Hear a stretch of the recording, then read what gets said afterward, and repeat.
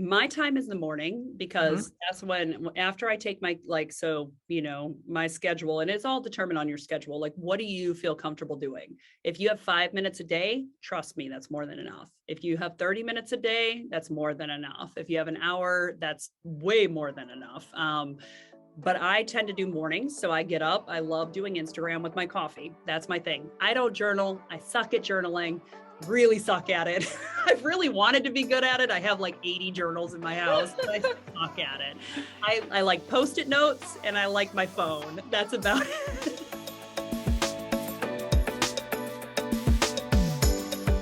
Welcome to the show, Kristen. I am so excited to chat with you today. I've been following your awesomeness for a while now, and I would love if you could introduce yourself to our audience, coming straight from you. Okay, straight from the source. I like Yeah, it. straight from the source. Organic delivery. Not to be put on the spot, but hi everybody. I'm Kristen Crowley. I am a entrepreneur now in the sense of helping women create their brand image, mostly in the wellness and fitness space. But for a very long time, I was a TV news anchor. So I spent 12 years in TV news, and I was drug into that from bartending. So I was a longtime bartender. Before that was in visual merchandising and design. And before that was a complete farm girl who was raised on a farm in Michigan. So weird trajectory of growth, which is going to be fun to share with you guys today. But really the fact that I found fitness and it saved me in many aspects. So it saved me from postpartum depression.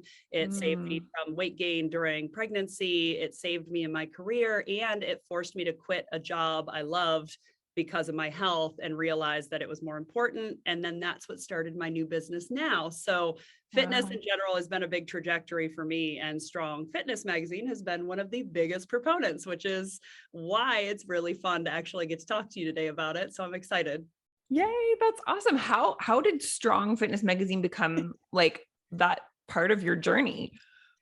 So we all, a lot of the women I think can relate. Like, we have the kids, or have a goal. And I did not really, I'd always worked out, always had a fit life, grew up on a horse farm, had parents who are both outstanding athletes, lifted weights since I was little, but never understood the healthy way of fitness. Like, I was we all were in that ephedrine stage in the early, like 99, 2000s, of just trying to be skinny and working out all the time. And I was really detrimental to my own health.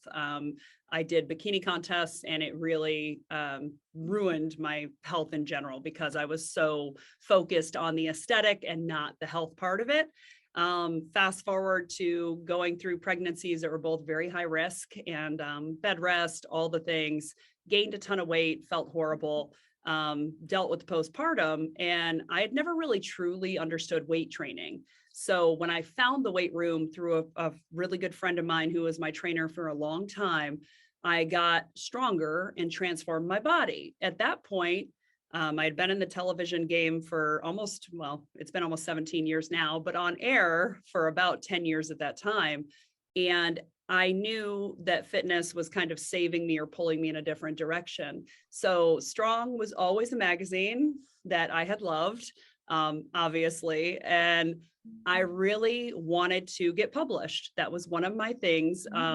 Not for any reason for business, but really for a personal goal, that I did not want to ever get published in a fitness magazine until after I turned 40. Wow. So I turned 40, Okay. Yep. got the feature in Strong just a few months later, in October of that year of 2019. And I was in Arizona at the time at Fitposium. I was at a conference, and I landed the magazine. I was so excited. And it actually brought me to connect with my now business partner, who was your cover model back in September of 2019. So, Jill. Yeah. yep, Jill Bunny, as my husband calls her, Bunny, all the time. Such That a is heart. awesome. Yeah. So it brought me to her because she was on the cover and was facing, she's faced health struggles with her thyroid. I was going through the same thing.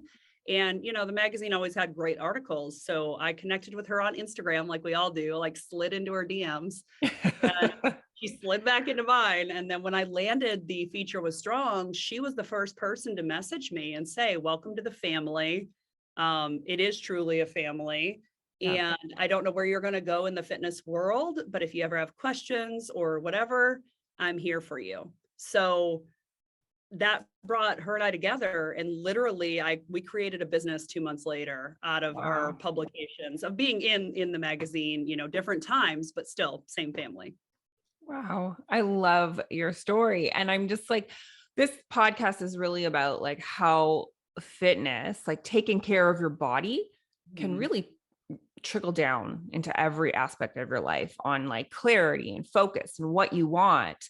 Yeah. And I think that you're just an example of that clearly. Um, so when you got published, like I love how you said that it was, just for you. Yeah. But did you use, like afterwards, did you use the publication for almost like leverage for this new jump, this new territory that you were going to jump into? Yeah, I mean, for me, when I did it, and it was to be like, again, we all want to share our story and lift each other up. So I Mhm. wanted to show that it was possible after, again, hitting your 40s, Yeah. having 2 kids. Again, like I said, I was on bed rest, so I gained a good 50, 60 pounds both times. And it was a struggle for me. It was very hard for me to come back after to feel good about myself again after baby number 2. And because then I was, in my 40s, and Mm. as getting close to the 40s, I was feeling, it's not as easy to lose the weight at that point. And I really wanted to prove that it could be done. That was just one of the things. I'd been Mm. on television forever. And I think no matter what the goal is, there's always another goal we always want to achieve, right? I think that for me, the magazine was more about strength and showing that I could, develop muscle and be strong. And the best part about my entire photo shoot, for anybody who's ever out there kicking themselves in the teeth trying to get ready, I did not prepare for my shoot at all. I was eating like a jackass the entire weekend, and they surprised me with the shoot, and they were like, guess what you're shooting? And I'm like, guess what? I've been on spring break for 4 days, drinking every dessert in sight. And I ended up shooting it, and I loved it because it was authentically me. It was Mhm. not me being prepared. It wasn't me, trying to be like this shredded tone Yep. person. It was just me building a crap ton of muscle over 7 years that I was proud of. And it really helped me. So when we started Reframe, it just gave me another step of connecting with other women in that industry. Because again, I was in the Mm. media side. I'd been in other magazines and podcasts that weren't fitness related. Mhm. But it brought me back into the realm that I loved, because my initial goal was to help women with media and PR in the fitness Mhm. industry, because they're Mm. all underserved. I don't care who you are listening right now. If you are anyone who deals in health and fitness, you are a business. You Yes. are Yep. a professional. You are not just a trainer. You are not just a Your coach. You're brand. someone who's Mhm. changing lives. Mhm. And Yep. Yep. I always feel women underserve themselves with that. And I wanted to make a difference that way. But bringing me together with Jill made us realize we can help in a bigger way. So I did use it in that sense as leverage, like where I was like, it does build a family. When you're in a certain Yep. publication, you really do, like, you have something to talk to hundreds of women about automatically, which is really cool.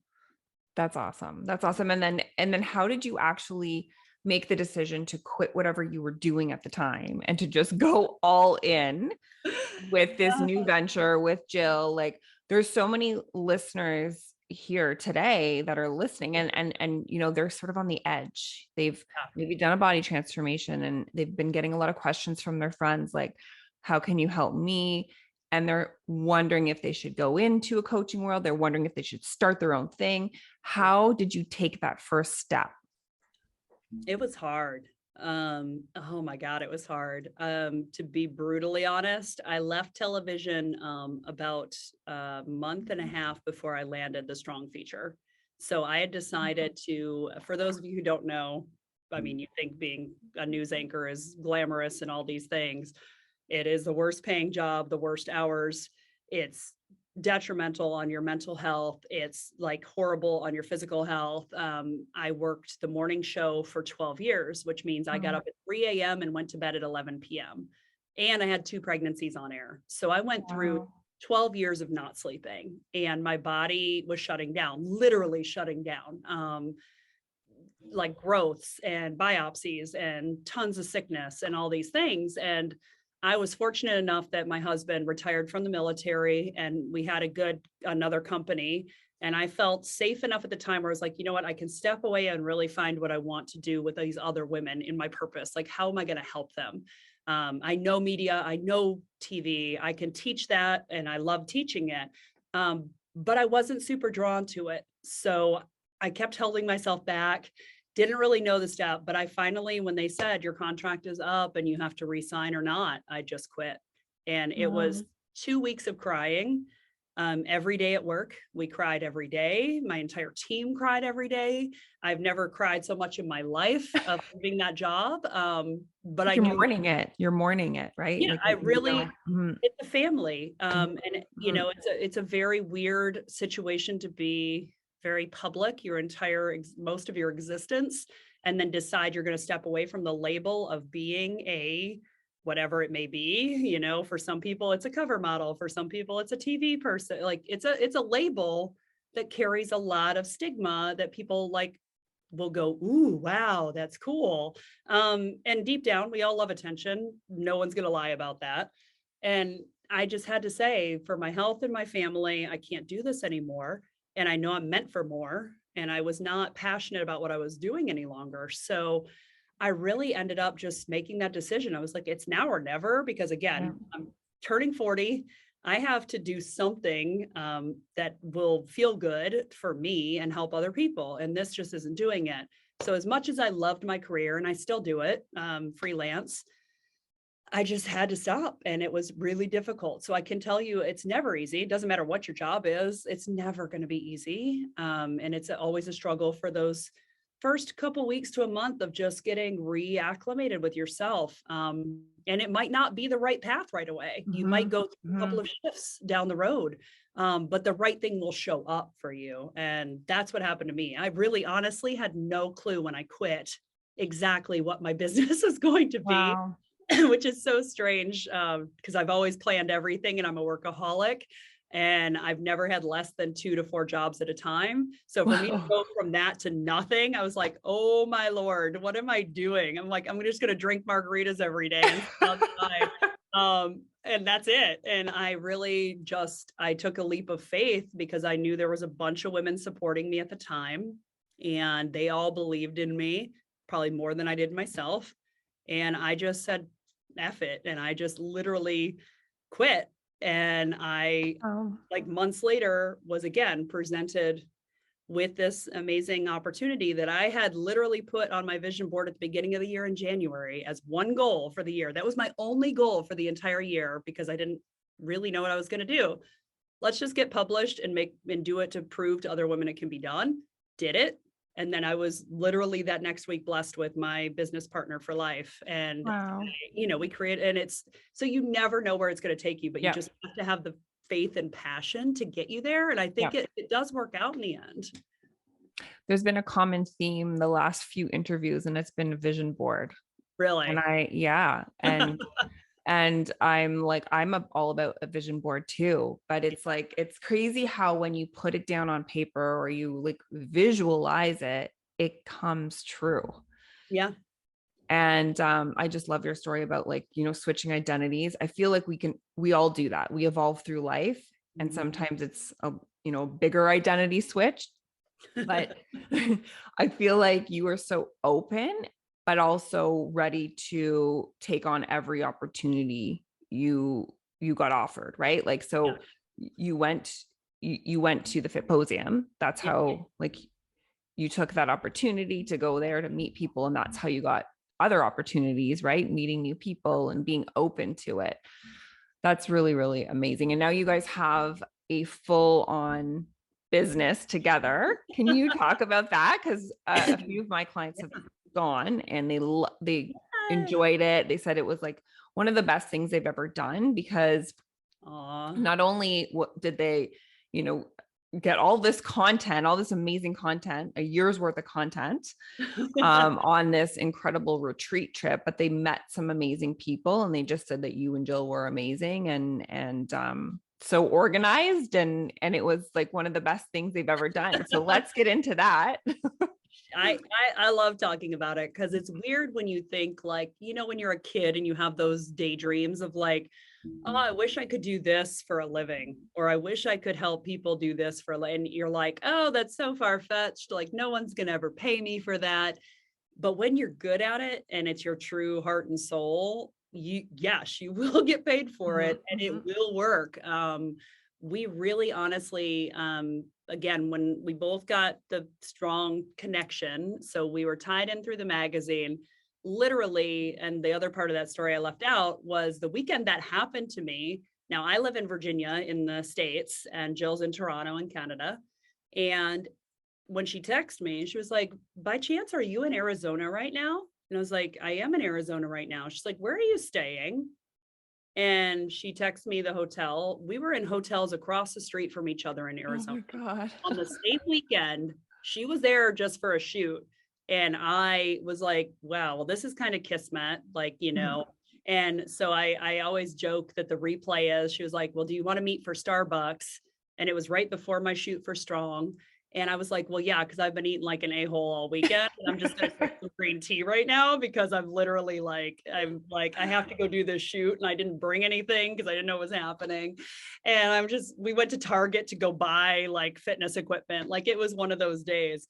And I was like, sure, I'll meet you. And I'm like, I kind of joke now that it was almost like that Baywatch slow run on the beach to each other. Like that's what it feels like now. I mean, that's not how it happened, but now it's just like, oh, we saw each other. And it was very, very entertaining. But that moment we sat down together, I had just left the TV station. I was creating a WellFit social network, which was an event for wellness in the community here in Virginia. And I needed speakers. And she obviously speaks on CBT for fitness professionals and her MS journey.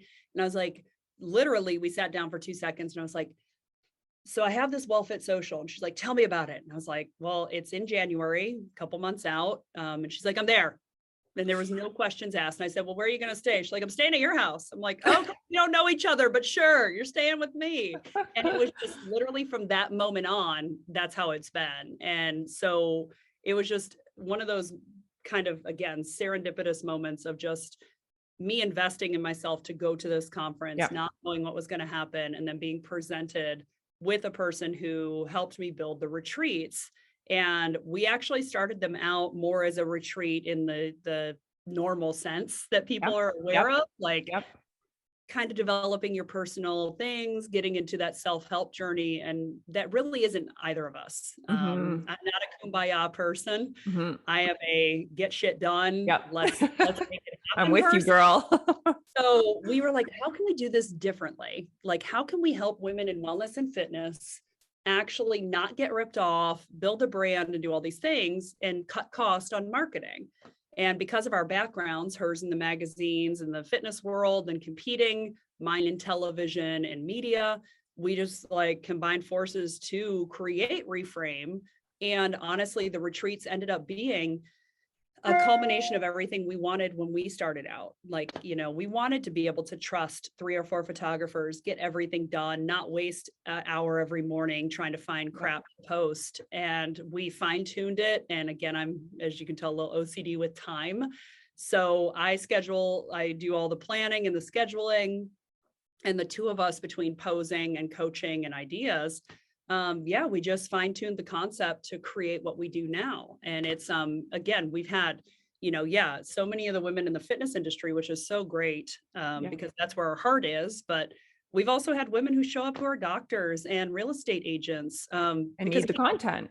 Yeah, branding is proprietary to everybody. Yes, everybody needs content nowadays to survive on social. Even if you're not on social a lot, still for, websites and advertising and marketing and launches.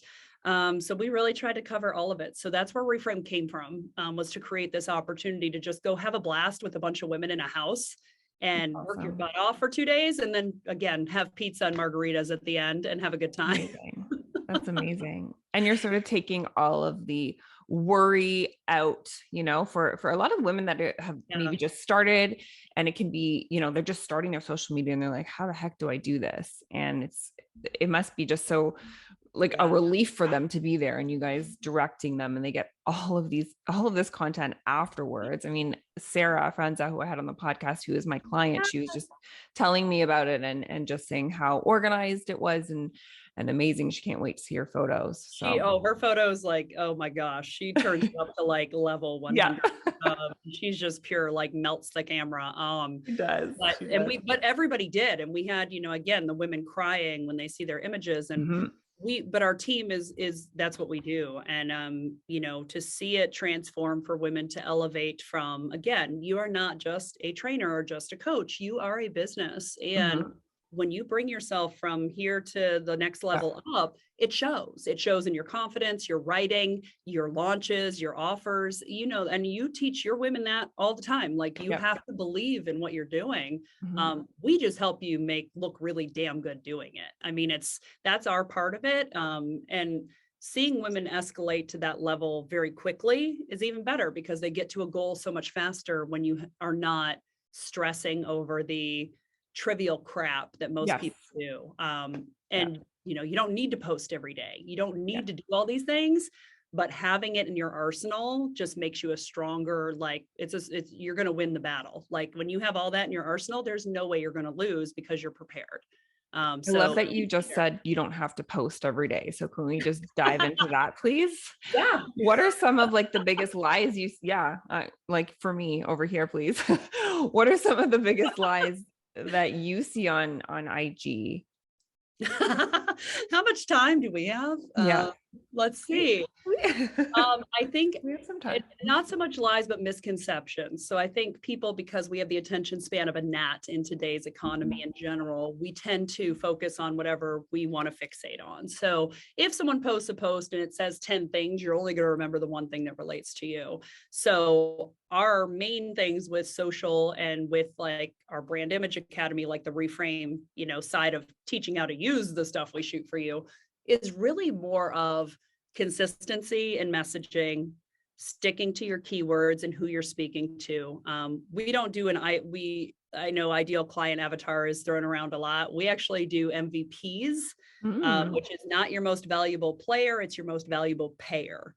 So mm. who has paid you in the past? Who has given you money for your services? That's who you're speaking to. I don't give a crap about all these other people. They're there to oogle at you, say whatever kind of comments they have. They have nothing better to do in life. We want the people who are going to actually appreciate what we offer. So I am a big proponent of not posting every day unless you really feel like you can. Mhm. My personal page, I don't, because I'm trying to weed out the TV people of years of perverted old men that want pictures of my feet. Your So old identity. yeah, so I'm trying, like, for me, I Oh don't God. post all the time, and I'm very careful with what I say. I don't bring a lot of my personal life to social media. I think it's not meant for everybody. And I think a lot of people feel pressured to show everything to get attention, and that's not what works. Really differentiating yourself as far as what you offer and the results you give someone is really the one thing you have to focus on. I think that when we start to do we call it vanity metrics, Yeah. it kills you. It ruins your self-esteem. It ruins your, and that has literally nothing to do with how successful you are. I mean, we run a company that does these 4 retreats a year and has all these people in it with like 2,000 people on our Instagram. I mean, Yeah. numbers don't matter. They Yeah. do not matter. And it's really hard in today's society to get away from that. Mhm. The more women can say it's quality over quantity, that really is it. And if you don't have anything to say that day, just don't freaking post. Like, stop Great doing. advice. Mhm. It drives me crazy. And but again, it took me years to understand that, because in television, you're rated every day on your social media performance. Mhm. So I was Wow. rated every day against 100 other reporters on how well I did. And obviously slightly competitive. So I was always in the top 3, but I was ruining my family life, because at dinner, Mhm. I'm on Facebook. I felt I had to answer everybody all the time. And I didn't realize until I set those boundaries, one, that it would finally get rid of the people I didn't need in my life. And 2, it actually attracted the people that I did. And they respect it and they honor it. So it's hard for women to do because we always, I mean, moms or women in general, you Yeah. just want to give all the freaking time. Yeah. Yeah. Um, And you feel guilty when you're not, right? So exactly. yeah, you mentioned boundaries. What kind of boundaries do you set for yourself? And what would you recommend Mm, somebody who does have to show up on social media, like the business, like you do have to show up. It's part of your business. It's how you're, drawing in new people and often chatting to the people that are paying you and love you. How do you draw boundaries? Is there like, I know that you're all about scheduling. I heard that from Sarah directly, and you just said it. So, like, do you actually have a specific time where you're on Instagram, yeah. posting or interacting with people? My time is the morning Mhm. because that's when, after I take my, like, so, my schedule, and it's all determined on your schedule. Like, what do you feel comfortable doing? If you have 5 minutes a day, trust me, that's more than enough. If you have 30 minutes a day, that's more than enough. If you have an hour, that's way more than enough. But I tend to do mornings. So I get up. I love doing Instagram with my coffee. That's my thing. I don't journal. I suck at journaling, really suck at it. I've really wanted to be good at it. I have like 80 journals in my house, but I suck at it. I like post-it notes and I like my phone. That's about it. So if I can, I'm very similar. Girl. it And just, I'll do a vision board, but the journal thing, yeah. yeah, I'm not good at it. So I realized that I would stress myself out more by trying to force myself to Mhm. write. So I tend to plan my half hour in the morning where I do my social media posting and I scroll, and that's my kind of therapy. When I need to kind of decompress, I scroll and I like other people's stuff. It gives me ideas. Mhm. So I do it in the morning. And then I typically go to work where I'm dealing with planning and things during the afternoon. Right now, sorting photos and getting that done. And then I'll go back on, throughout sporadic parts of the day to see if there's a message. The biggest things that have helped is one, turning off all notifications of social media. None of those Mm. come to my phone. Yeah. I have no I do the notification. same. I Yep, do the does same. not They're come. like, didn't you see my message? I'm like, I don't Nope, have any notifications on nope. my phone. So And you need to do that because you need to yeah. control your time Yes. that you're accessible. All the people in our tribe know that typically, Jill goes to bed at like 7, 8 o'clock. I go to bed and we shut our phones off. Hers shuts off at 5 or 6. Mine shuts off at 8, but she's up earlier. So she's accessible in the morning. I'm accessible later.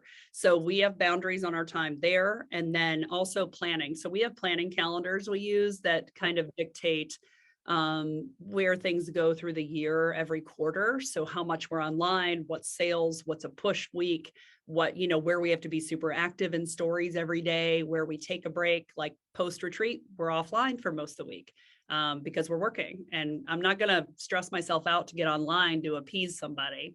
Yeah. Again, you'll attract the people you need to attract. So Exactly. being consistent is good, but really as a rule for the group, it's posting at least 3 days a week on your feed, showing up in stories at least once a day, unless your story numbers tank, then you take 24 hours off and you start again. So those Yeah, are I kind heard that. I of, heard to take 24 hours off. And I've even done that with myself just to, I sometimes put the phone away on Sundays. yeah. And then I'll notice that my story views spike up the next day. So that is sort of like a It's a tip. great Like, trick. So okay, check. if you're kind of in a lull on your social media, literally shut it down. Don't even Mm. open the app for 24 hours. And when you see, you'll realize this, how sometimes you're on your phone, you'll see so-and-so posted a story. That only happens when they have not posted in a while. And Wow. Instagram's like, ooh, somebody's back. Take a look. So whenever you're seeing that, it's for a reason. So they'll try and generate push to people to get them, again, it's all about addiction. So if they post something and they get a lot of attention for it, they're going to post again. So Instagram feeds the machine every day, and you have to Yeah. realize that it is a mental mind screw that they're doing to you every day, and you're the only person who can control that. So just taking a break, I recommend it for everybody at least one day a week of just being completely off. Yeah. Mine is, typically it depends on family days, but I'll Mhm. take the day off. And it'll actually uptick your algorithm the day after 24 hours, even with posting. Yeah. If you're off, if you get like where you're not seeing much traction, or they say shadow bans. Instagram says that's not true, but everybody thinks it's true still. like they say, 48 hours, just don't go on the app, and then give it a break, start over again. And then you should see a lot of that resolve. So there's a lot of tricks to it. Luckily I was trained in media world. We had corporate people who dealt with the higher ups at all these platforms. Wow. So I got really great social media training when I was in television. And so that helped us to literally help people now. Like we were like, okay, we can totally take this information and make it applicable to people who really need help with social and getting attention. And then, like the keywords are a big thing on Instagram now. It's not just hashtag based anymore. So you have to have consistent keywords across the board. That's your username, your bio, your comments, your posts, all of that goes into what is similar to a Google SEO. So Instagram has an SEO now. So there's a lot of things that have changed rapidly. But for businesses, you can manipulate those things and actually get free advertising for yourself. So that's a big thing for women to realize too, is to just be consistent with your words, so people can find you, because it really is searchable now, no matter where you're at in the internet. Like, do you have any tips on how to know like what certain words are searchable, like more SEO words to use? Do you have any tips? Like, do you have to actually go want to share it? My favorite, easiest way, and everybody can do this right now. Literally, how would someone look for you on Google? Like, how would someone, I mean, you have your coaching program for women, right? It would be, there's a woman who says weight loss. Weight loss coach in Toronto. Like, those are keywords, all of those. So if you use those in Instagram now, you actually do get a little bit more momentum when you know your keywords for your business. And you should always have, most people should have about five to seven keywords for their business that they use all the damn time. Because again, Google is the same way. The more you're putting into Google the same words over and over on your website, same thing for Instagram now. Pop out. Wow. Yeah. So it's changed the game. But it's also made it more simplistic, because we don't like fluffy words. We don't like I help women find rainbows and kittens and beautiful fluffy clouds. And that's such bullshit. What do you do? Like, what does that do though? Like, what does that do for anybody? But if you say, like, again, in certain things on Facebook, you can't use numbers. Like, you can't use weight loss, like 5 pounds, 10 pounds. You can't use numbers on Facebook. But you can use, nutrition, personal trainer, fitness coach, women, where you live. Like, those are all keywords we can all be using to actually improve our reach organically. So even in your copy, when you're writing the post, you can include those words, and that's so searchable. Wow. Okay. It just feeds the machine. So the machine is all AI based. Like, they're tracking everything you do, which is why scary. Talk about, what was I talking to my husband about the other day? He got a new green drink, like AG green something. And I kid you not, the next day in my phone, all the ads on Instagram were that drink in my stories. I've had that happen many times, and it's freaky. Just it. I'm like, stop listening to me. I know. No, do you use any planning apps at all for your Instagram? I actually don't. I'm an organic poster because I've always been a in the moment person. I know what we're posting about every day, but I don't say the words typically. My trick for that is I use speak to text.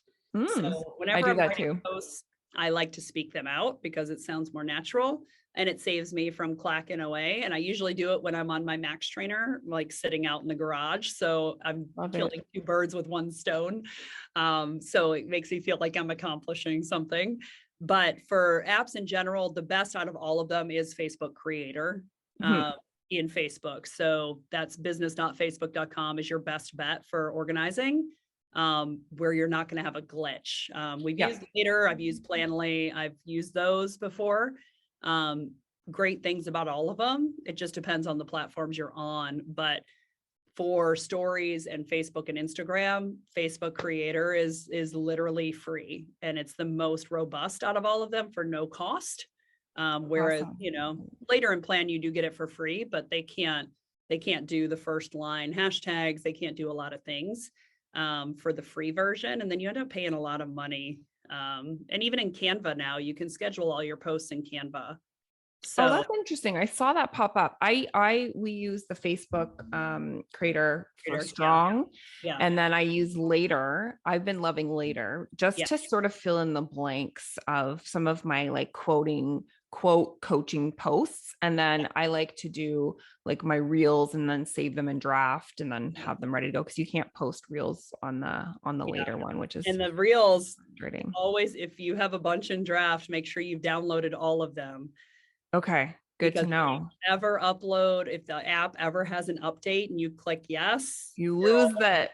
Yes. So even though they save without audio, if anybody's recording reels, please, for the love of God, when you save, before you hit save draft, go to the very top and there's a line, an arrow with a line under it. Tap it and save it to your phone and put it in a folder called Reels on your phone, because at least you'll probably remember what the audio was.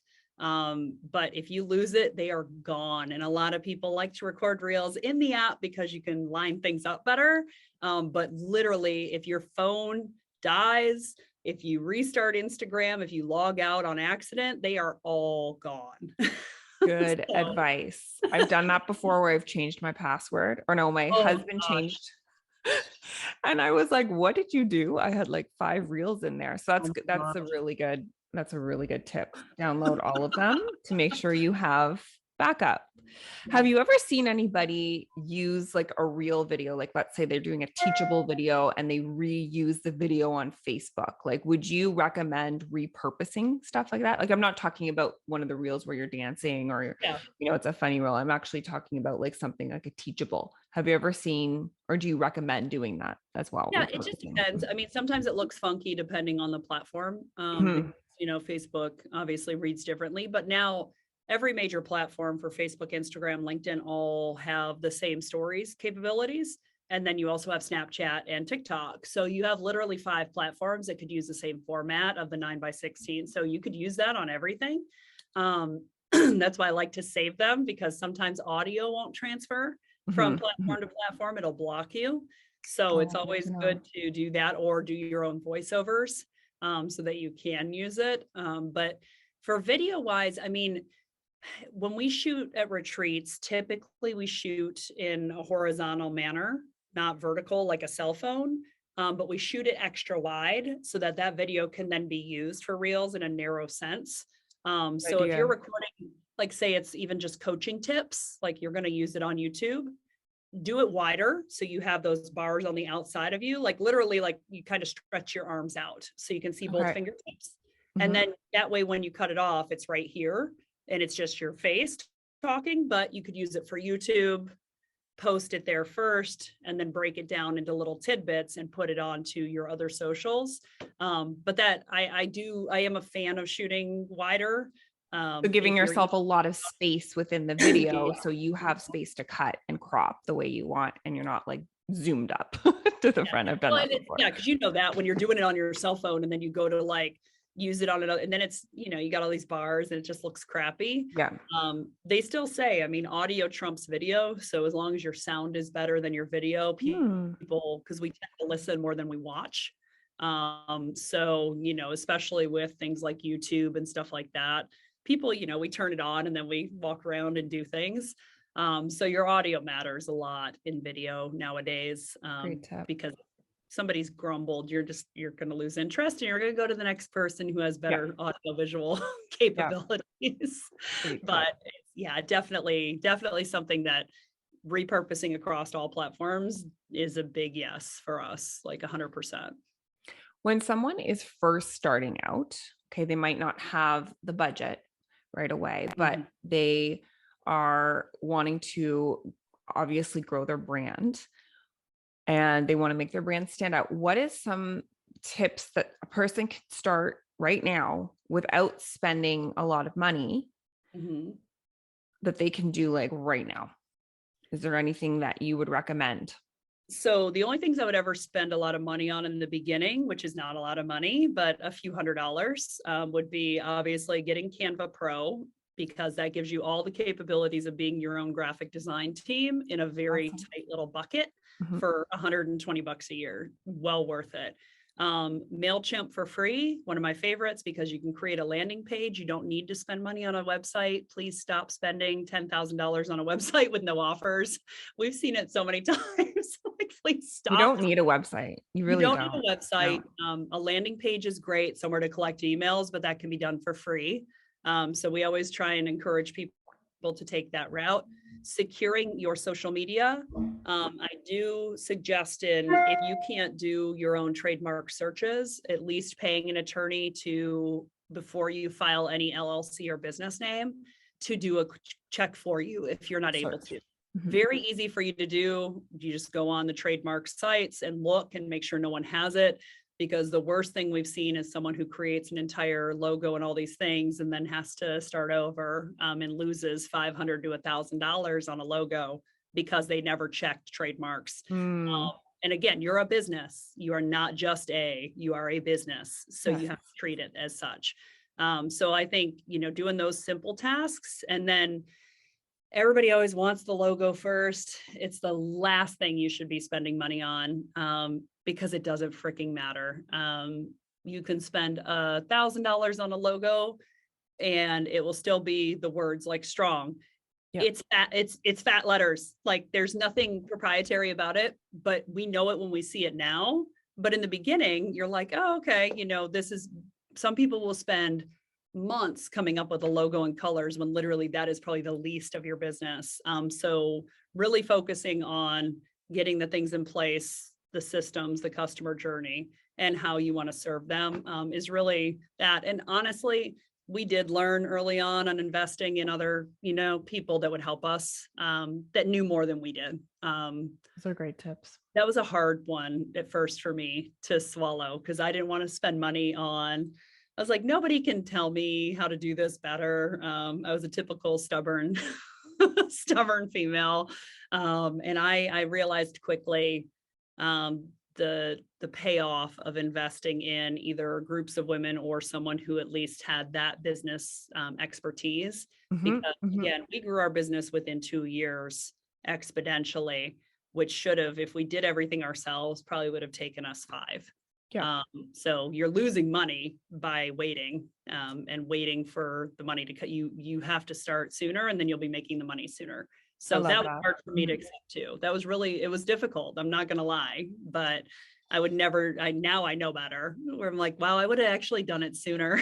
Yeah. Start before you're ready. Like, you don't have to have all of these things in order to be ready. Like, it might be subconsciously helping your confidence, but start before you're ready. And then you can create more of an income that you can actually spend money on all of these things. Right.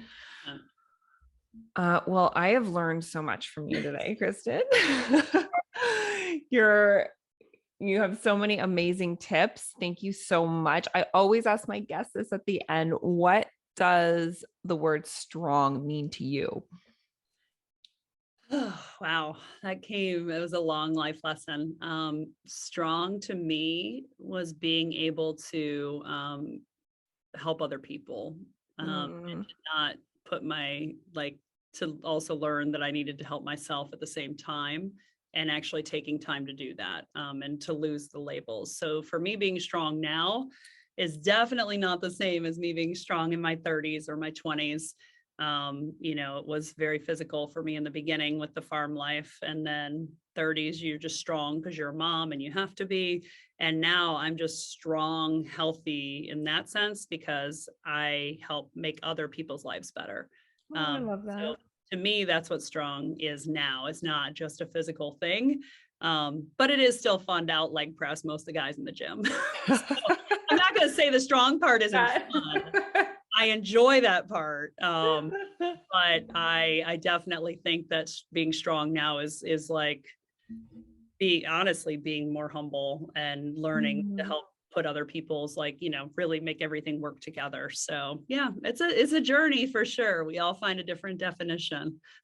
I love it. I love it. It's always a journey, forever evolving, right? It is always. It's okay. Where can everybody find you, connect with you, or even we'll include all of the links in the show notes. Okay. Yeah, so when of course we would like to speak to literally everybody. I'll talk to the wall behind me if you leave me long enough. But at Reframe Your Brand is on our social media. The website for that is reframeyourbiz.com. And then all of my social is under Kristen Crowley TV. And it's pretty easy to find. So, and obviously we follow the strong account, so you can find us on there, and there are people too.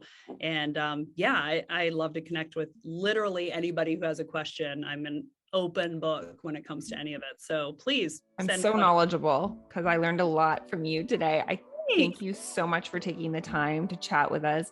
Welcome. I will be in touch soon. We should do some more fun things together. Yes. And I'm just excited to continue watching your journey and reframe your business. Thank you guys.